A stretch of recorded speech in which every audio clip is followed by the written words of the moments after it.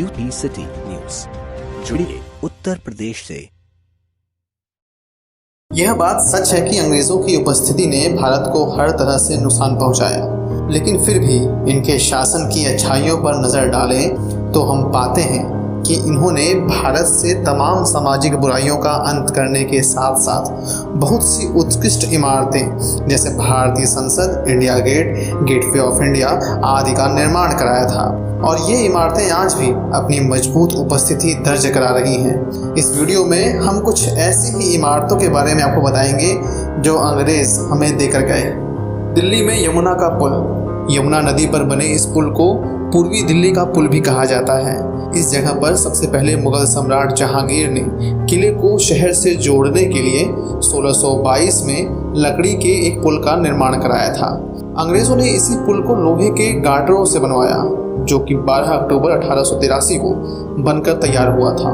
1917 में आए एक तूफान से यह गंभीर रूप से क्षतिग्रस्त हो गया था, लेकिन दोबारा बना लिया गया। यह पुल अभी भी प्रयोग में है, लेकिन अब इसे जल्द ही बंद कर दिया जाएगा। इसकी गिनती भारत के सबसे पुराने पुलों में होती है। यह पुल अंग्रेजों की निर्माण प्रतिभा का अनोखा उदाहरण है। दूसरा, पम्बन का पुल, भारत का पहला समुद्री पुल यानी कि पम्बन पुल 1914 में यातायात के लिए खोला गया था। फरवरी 2016 में इस पुल के निर्माण ने 102 वर्ष पूरे कर लिए हैं। यह पुल धार्मिक स्थल रामेश्वरम को भारत की मुख्य भूमि से जोड़ता है। 22 दिसंबर 1964 को आए एक भयंकर तूफान में यह पुल बुरी तरह क्षतिग्रस्त हो गया था, लेकिन भारतीय रेलवे के कर्मचारियों की अथक मेहनत की वजह से इसे 2 महीने के अंदर ही ठीक कर लिया गया।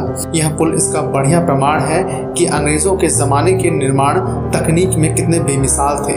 बड़े जहाज़ों को रास्ता देने के लिए यह पुल 2 भागों में खुल भी जाता है।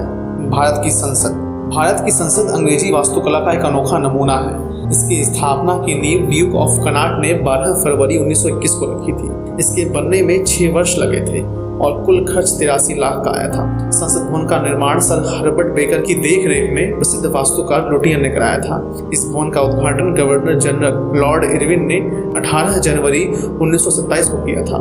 आपको यह जानकर आश्चर्य होगा कि इस भवन के नीचे एक तहखाना भी है।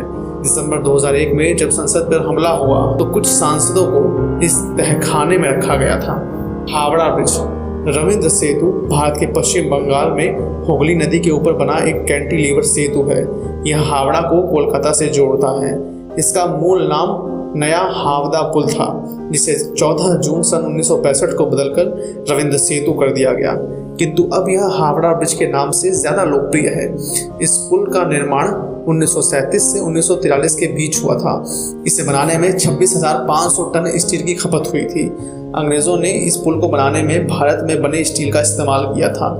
इस पुल को तैरते हुए पुल का आकार इसलिए दिया गया था क्योंकि इस रास्ते से बहुत सारे जहाज निकलते हैं। अगर खंभों वाला पुल बनाते तो अन्य जहाज़ों का परिवहन रुक जाता। इंडिया गेट, नई दिल्ली के मध्य चौराहे में 42 मीटर ऊंचा इंडिया गेट है, जो मेहराबदार आर्क द ट्रायम्फ के रूप में है। इसके फ्रेंच काउंटर पार्ट के अनुरूप यह 82,000 भारतीय सैनिकों का स्मारक है, जिन्होंने प्रथम विश्व युद्ध के दौरान ब्रिटिश आर्मी के लिए अपनी जान गंवाई थी। इस स्मारक में अफगान युद्ध 1919 के दौरान पश्चिमी सीमांत उत्तर पश्चिम पाकिस्तान में मारे गए 13,516 से अधिक ब्रिटिश और भारतीय सैनिकों के नाम अंकित हैं।